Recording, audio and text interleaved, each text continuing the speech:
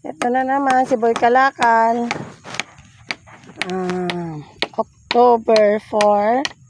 Ito, nag-extension siya ng pagsasampayan ng PE. Kasama niya ang aking pamangkin si Janjan.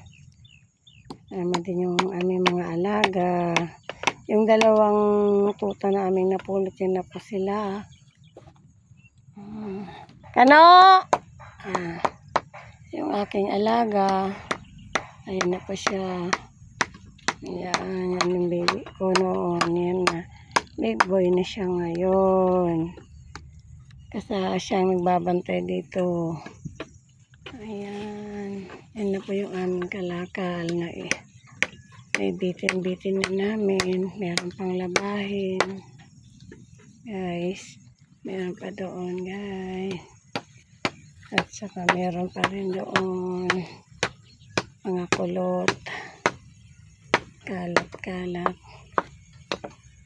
Ayan. Ang kanila pong ginagamit ay made of kalakal. Basura. May nagtapon pa ng mga kahoy. Minadali nilang pinulot. Kaway-kaway naman dyan, mga guys.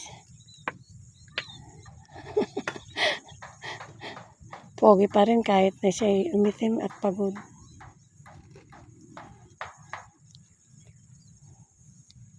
Yan.